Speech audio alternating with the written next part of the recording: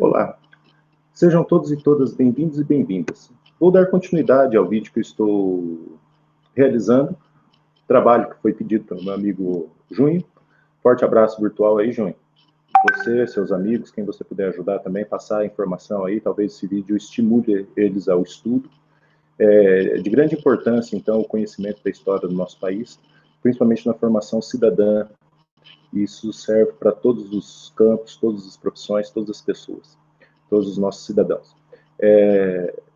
O edital da PM do Paraná, que foi lançado no dia 20 de março, ele traz pela UTFPR alguns conteúdos de história que estarão caindo na prova, né, do concurso público, para que a pessoa, então, tenha compreensão básica de história.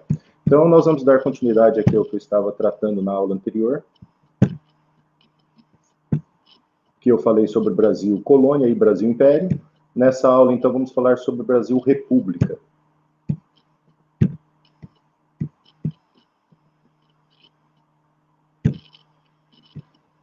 Nós temos, então, aqui, no Brasil República, alguns conteúdos que foram indicados pela UTFPR para serem abordados para esse concurso público.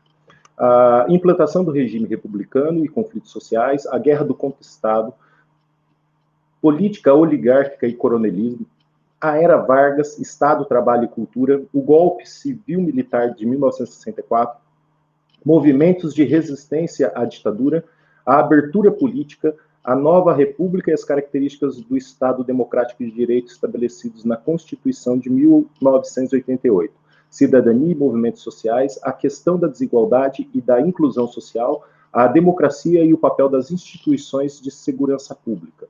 Então vejam vocês que os temas são bem amplos, bem abrangentes, e nos dá condições de estarmos trabalhando um pouco mais a história do nosso país, para que os futuros profissionais possam estar aí exercendo com consciência o ofício maravilhoso que é prestar segurança pública ao nosso amado Brasil.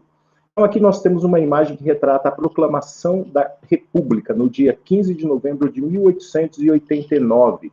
Vejam vocês que nós temos aqui um movimento participativo do exército e das elites civis. Não há participação popular. Essa é a grande questão da proclamação da República.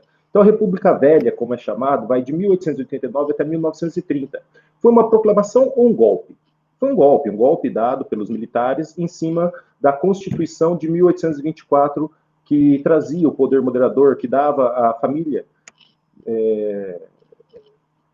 de Dom Pedro II plenos poderes para o controle da política e de todas as instituições no Brasil. O povo assistiu bestializado à chegada da República. O Brasil não tem povo, tem público. Isso é uma grande crítica que nós, profissionais da história, realizamos, e cada vez mais somos atacados por isso, porque nós tentamos trazer o pensamento crítico frente aos condicionamentos que são exercidos pelos grandes poderes midiáticos. Então, quem que realizou o golpe republicano? Foram os cafeicultores, que eles estavam indignados por terem perdido sua mão de obra, né, a questão do fim da escravidão, e os militares que tiveram, então, dando condições e apoio para esse sistema. Em 1891, nós temos a criação da Constituição do Brasil República, 1891. Então, de 1889 até 1894 é chamado de República de Espada. De 1889 até 1930 é chamado de República das Oligarquias. Como funcionava a política nesse período? Ela era excludente. Primeiro ponto, só podia votar quem sabia ler. E os escravizados, que terminaram ali com a abolição em 1888, agora eles ainda não tinham compreensão da escrita, não tinha a educação para que eles pudessem participar das decisões. Apenas no momento de maior participação popular, no período da Velha República, nós tivemos 5% de participação de votantes. Então, era uma eleição elitista, extremamente fraudulenta e corrupta. Essa imagem, então, mostra um coronel levando o seu eleitor, né, através do cabresto eleitoral para o voto. Então, era dessa forma que se dava a política, então, no período das oligarquias, o controle que as oligarquias exerciam. Então, a República das Oligarquias, de 1894 até 1930. Dentro desse movimento, nós tivemos, no interior da Bahia, uma revolta muito importante, que é a Revolta de Canudos, que foi descrita na obra Os Sertões, de Euclides da Cunha.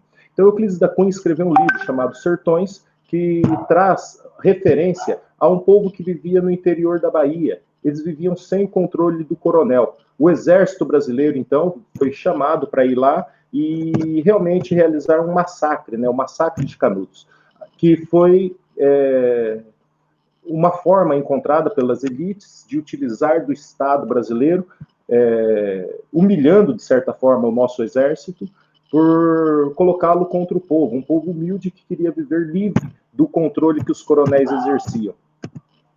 Essa frase aqui, ela representa muito bem o que foi Canudos. Canudos não se rendeu, exemplo único em toda a história. Resistiu até o esgotamento completo, expugnado, palmo a palmo, na precisão integral do termo. Caiu no dia 5, ao entardecer, quando caíram seus últimos defensores, que todos morreram. Eram 4 apenas, um velho, 2 homens feitos e uma criança, na frente dos quais rugiam raivosamente 5.000 soldados. Ao todo, foram 15.000 soldados e expedições direcionadas a Canudos, do governo, para servir os interesses da elite. Temos uma curiosidade, que é a origem da palavra favela, aí frente à questão da desigualdade social no nosso país. A palavra favela, que consagrou as habitações da periferia do Rio de Janeiro e depois de todo o Brasil, tem sua origem numa planta da caatinga, existente no Arraial de Canudos. A origem do termo se encontra no episódio histórico conhecido como Guerra de Canudos.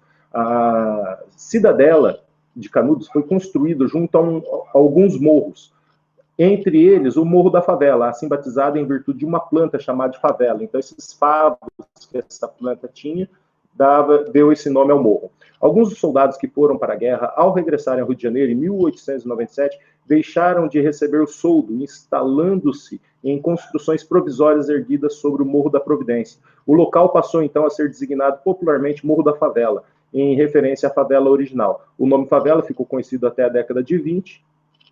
As habitações improvisadas, sem infraestrutura, que ocupam morros, passaram a ser chamadas de favelas. Com a destruição do arraial, de resistência de Antônio Conselheiro, em Canudos, muitos dos beatos migraram para o Rio de Janeiro, em navios oferecidos pelo poder público, como forma de desviar o foco da resistência. Então, outro movimento que nós temos muito importante é o que aconteceu na área do contestado. Então, a Guerra do Contestado, na verdade, é a guerra no contestado. Era uma região de disputa entre Paraná e Santa Catarina, e ficou conhecido como contestado. Ali nessa região viviam vários poceiros que não tinham direito à posse da terra. Então, uma empresa chamada de Brasil Highway, ela ia construir uma estrada de ferro. Essa estrada de ferro ligaria São Paulo ao Rio Grande do Sul e iria passar nessa região do contestado, aonde ocorreu uma guerra devido à revolta dos poceiros. Essa revolta dos poceiros, então, eram pessoas humildes que viviam naquela região e não queriam entregar suas terras. Veja essa imagem aí, que representa a realidade que eles viviam e a forma como eles se colocaram para enfrentar o governo brasileiro. Então, o exército brasileiro foi chamado mais uma vez para ir lá e acabar com aquela revolta. Foi a primeira vez que o exército brasileiro usou aviões contra a população brasileira, usou os canhões e todo o armamento que tinha disponível. Foi um massacre, literalmente. Então, essa aqui é a imagem de José Maria, o líder messiânico da resistência do contestado, que acreditava, então, em poder criar uma monarquia celestial, uma estrutura social sem o controle do Estado brasileiro. Esse foi o grande problema. Essa imagem retrata muito bem a questão do Paraná, a questão, então, da ferrovia sendo construída, a imagem do José Maria como líder messiânico, os camponeses que ali viviam, né, os poceiros, e o exército brasileiro sendo chamado para ir lá tomar essa terra. Foi realmente um massacre que aconteceu. Em 1930, devido a movimentos que se intensificaram após 1922, como o tenentismo, a Semana da Arte Moderna, a criação do Partido Comunista Brasileiro. Então, nós vamos ter, em 1930, a figura de Getúlio Vargas, chegando ao poder por meio de um golpe, o golpe de 30. Getúlio Vargas, então, ele conta com o apoio das oligarquias dissidentes e vai chegar ao poder num governo provisório, que é de 1930 até 1934. Em 1934, ele, então, tendo a Constituição, sendo realizada uma nova Constituição, ele assume de forma provisória, mas um governo constitucional. Getúlio Vargas, então, ele vai governar de 1930 até 1934 de forma provisória. De 1934 até 1937, ele governa de forma constitucional, ele foi indicado de forma indireta para ser presidente do Brasil, e em 1937 ele dá um golpe nele mesmo. Então é o golpe do Estado Novo, 1937, onde ele rasga a Constituição que ele permitiu ser feita e cria no Brasil uma ditadura, um Estado autoritário. Getúlio Vargas, ele vai então governar de 1937 até 1945 como ditador, o Estado Novo, como é chamado esse período, e depois de 45, quem assume é o Dutra, é o fim da Segunda Guerra Mundial, então não aceitava mais governos ditatoriais, a população queria algo diferente, e ele volta em 1950 até 1954, quando ele morre, e daí nós temos a sucessão dele com o Café Filho.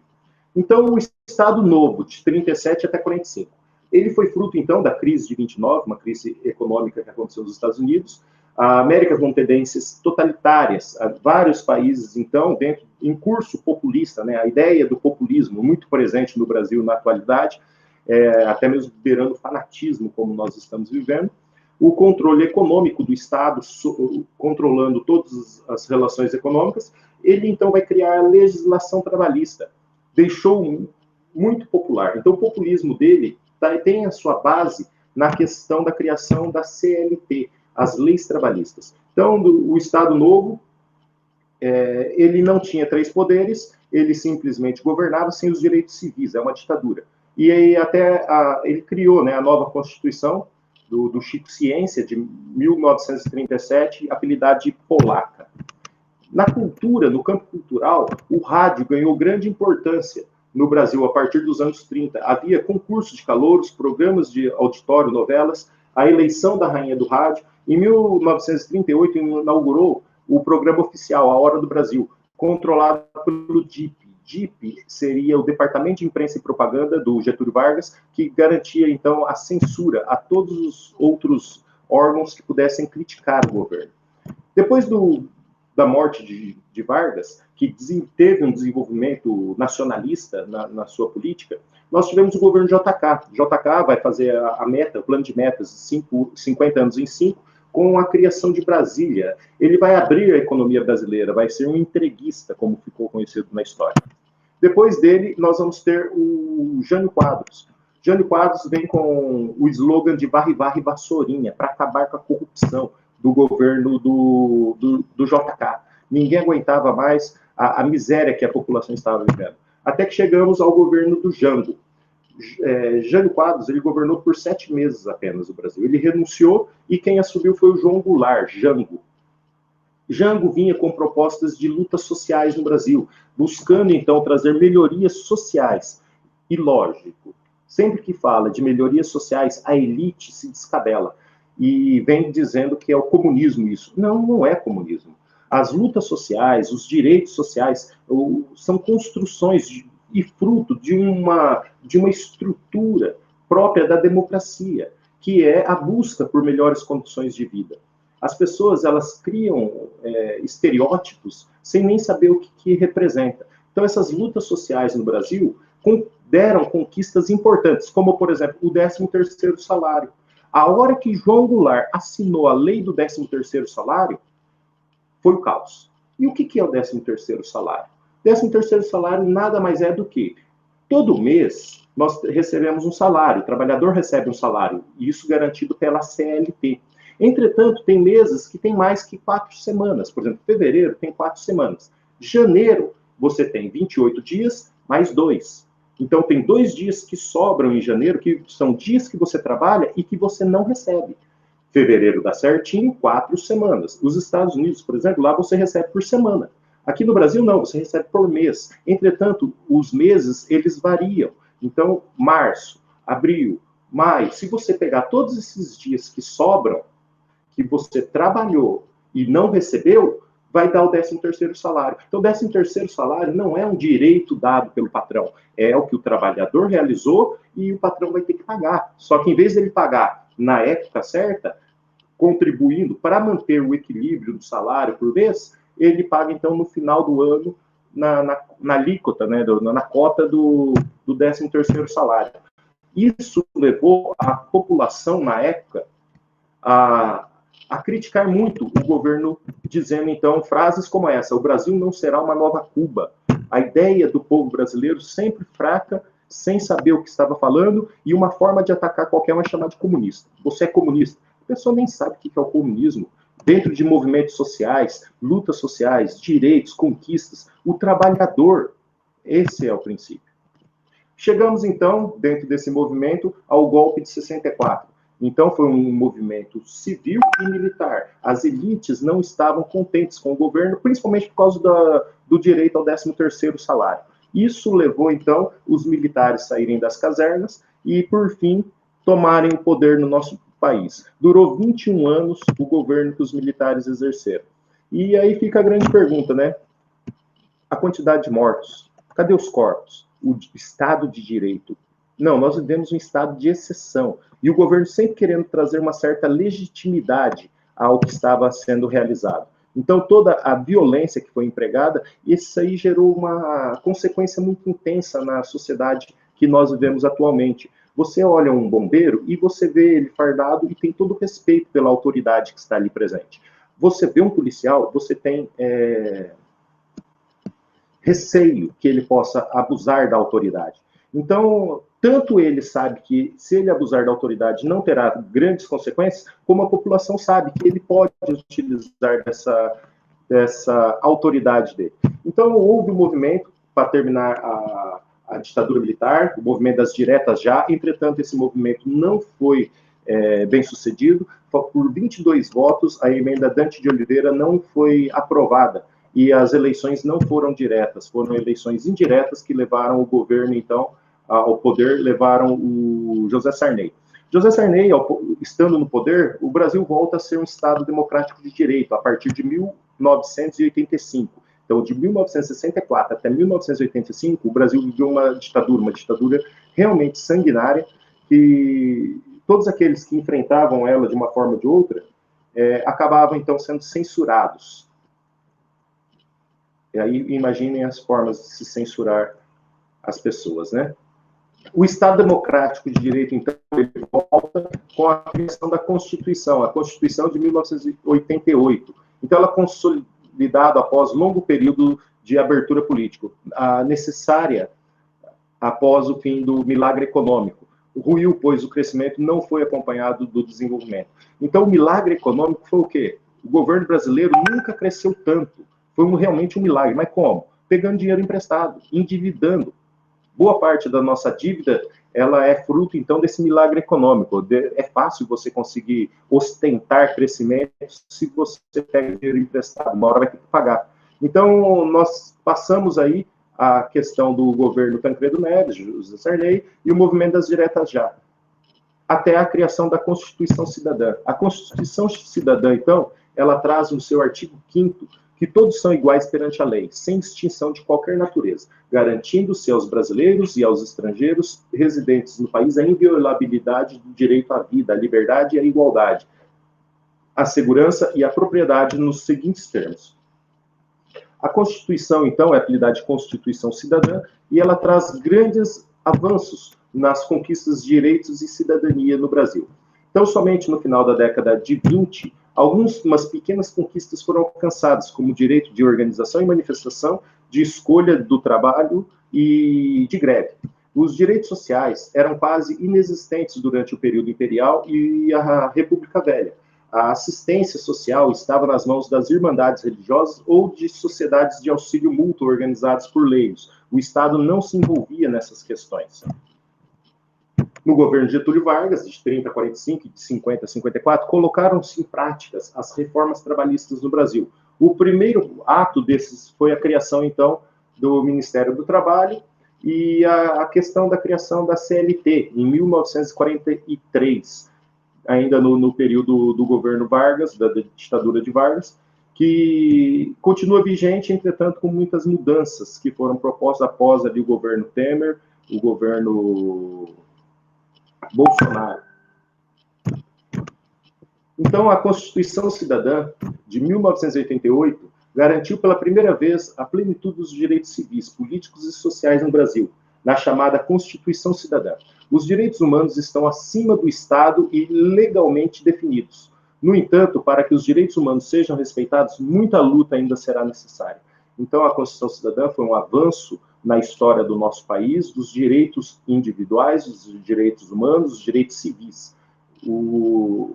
Frente, então, ao Estado e a forma que o Estado age. Nós temos aqui, no artigo 3º, erradicar a pobreza e a marginalização e a redução da desigualdade social e regional. Isso aqui são premissas da Constituição brasileira. Promover o bem de todos, sem preconceitos de origem, raça, sexo, cor, idade, qualquer outra forma de discriminação. Então, uma das metas do governo brasileiro, uma das metas do Estado brasileiro é erradicar a pobreza e a marginalização e reduzir as desigualdades sociais e regionais. O que é inclusão social? Inclusão social é o termo utilizado para designar toda e qualquer forma de inserção de pessoas ou grupos excluídos na sociedade. O direito ao pertencimento, à participação.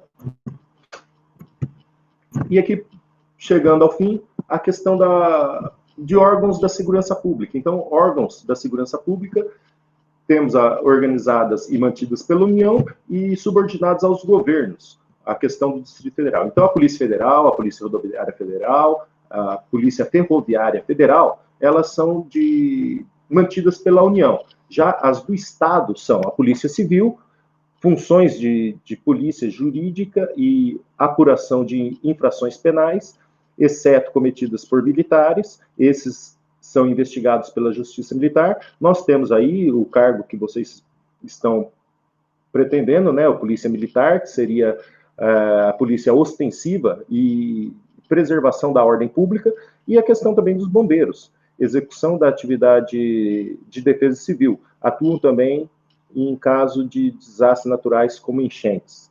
Então, o papel que a polícia deve estar desempenhando